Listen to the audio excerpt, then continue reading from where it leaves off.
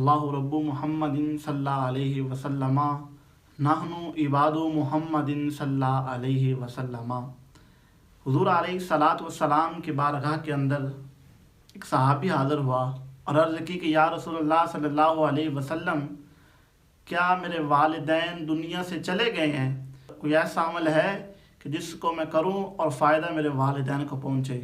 تو حضور علیہ الصلاۃ والسلام نے فرمایا کہ تم پر تمہارے والدین کے 4 حقوق ہیں۔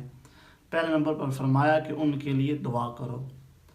دعا انسان کرے گا، اس کا فائدہ تو والدین کو پہنچے گا، لیکن جو بندہ دعا کر رہا ہے اللہ تعالیٰ اس کو بھی اجر عطا فرمائے گا۔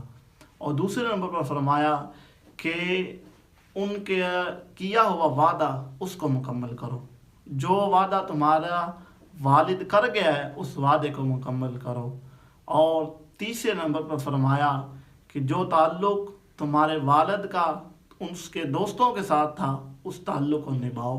اور چوتھے نمبر پر فرمایا کہ جن سے تمہارے والدین صلہ رحمی کرتے تھے تم بھی ان سے صلہ رحمی کیا کرو۔